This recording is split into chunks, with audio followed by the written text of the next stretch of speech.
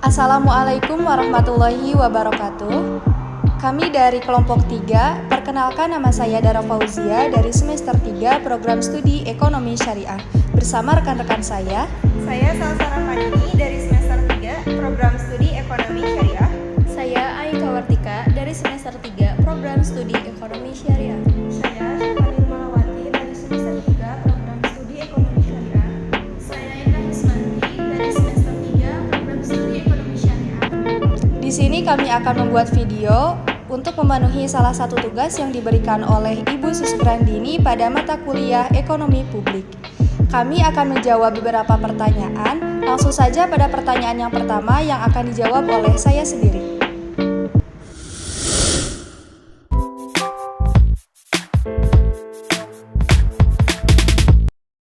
Barang publik atau public goods adalah barang yang dapat memberikan manfaat kepada sebagian besar pengguna meskipun pengguna atau konsumen tersebut tidak membayar. Dalam hal ini menjadi suatu kewajiban pemerintah dalam penyediaan barang-barang publik. Tetapi diperlukan transparansi dan kerjasama yang bertanggung jawab antar pelaku ekonomi. Barang publik mengandung dua sifat pokok, yaitu non-rival dan non-excludable. Non-rival artinya penggunaan satu konsumen terhadap suatu barang tidak akan mengurangi kesempatan konsumen lain untuk juga mengkonsumsi barang tersebut. Setiap orang dapat mengambil manfaat dari barang tersebut tanpa mempengaruhi manfaat yang diperoleh orang lain. Sifat yang kedua, non-excludable, artinya apabila barang publik tersedia, tidak ada yang dapat menghalangi siapapun untuk mendapatkan manfaat dari barang tersebut. Contoh dari barang publik seperti lampu jalan, taman, sistem pengendalian banjir, dan sekolah.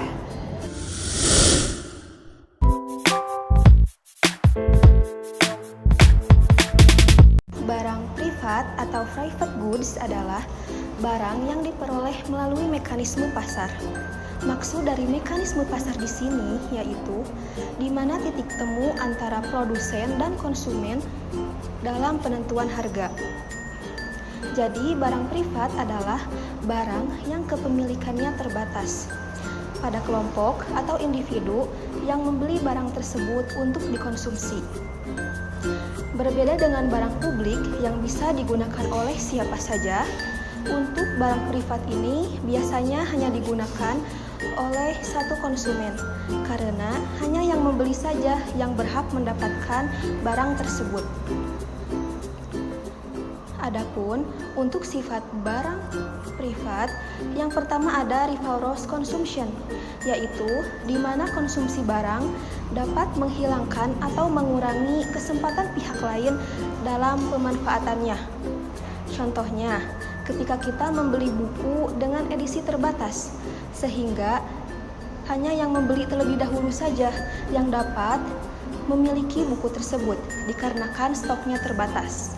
Yang kedua ada excludable consumption, yaitu konsumsi barangnya dibatasi karena adanya ketentuan persyaratan yang harus dipenuhi. Contohnya harga barang seperti pakaian di toko yang hanya bisa didapatkan ketika kita membayar pakaian tersebut. Yang ketiga ada scarcity. Scarcity adalah kelangkaan atau terbatasnya jumlah barang yang tersedia. Kelangkaan ini biasanya dikarenakan jumlah barang privatnya yang terbatas.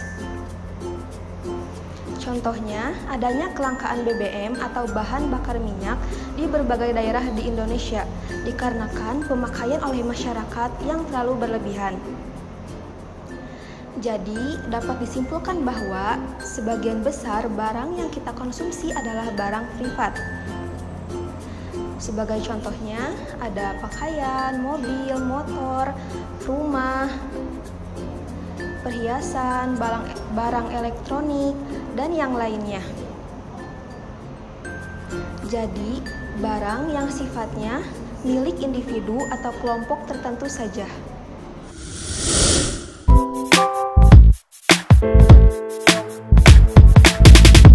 Jawabannya tidak. Barang publik tidak hanya disediakan oleh pemerintah saja, tetapi bisa juga berasal dari swasta, antara kemitraan, sektor publik, dan swasta.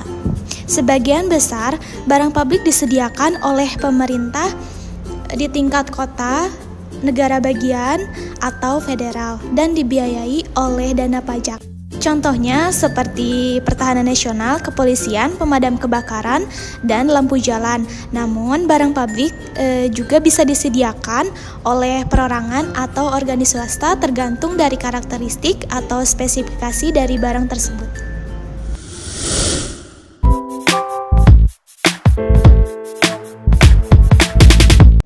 Menurut Mahkamah Konstitusi, pendidikan adalah barang publik. Merujuk pada Undang-Undang Dasar 1945 Pasal 31 Ayat 1 disebutkan setiap warga negara berhak mendapatkan pendidikan.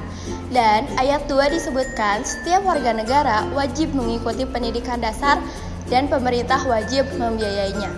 Setiap warga negara mendapatkan kesempatan yang sama untuk memperoleh akses pendidikan yang layak.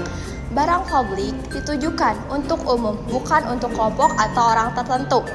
Pendidikan bukan barang private dan harus menjadi barang publik, yakni komoditas yang tidak membebankan biaya kepada masyarakat untuk mengonsumsinya dan tidak mungkin untuk menarik seseorang untuk mengonsumsinya.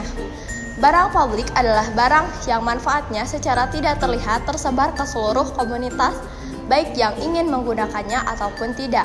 Maka, pendidikan termasuk ke dalam barang publik karena ketersediaan berkat campur tangan pemerintah dalam rangka memenuhi kebutuhan masyarakat akan barang dan jasa.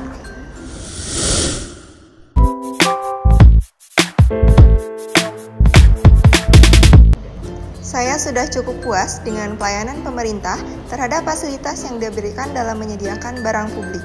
Karena sejauh ini, pemerintah sudah banyak memberikan fasilitas umum dan saya sendiri juga telah menikmatinya.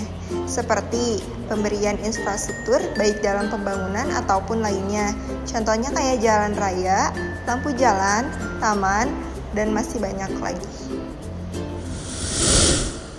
Cukup sekian pemaparan dari kelompok kami. Semoga apa yang kami sampaikan dapat menjadi ilmu yang bermanfaat bagi kita semua.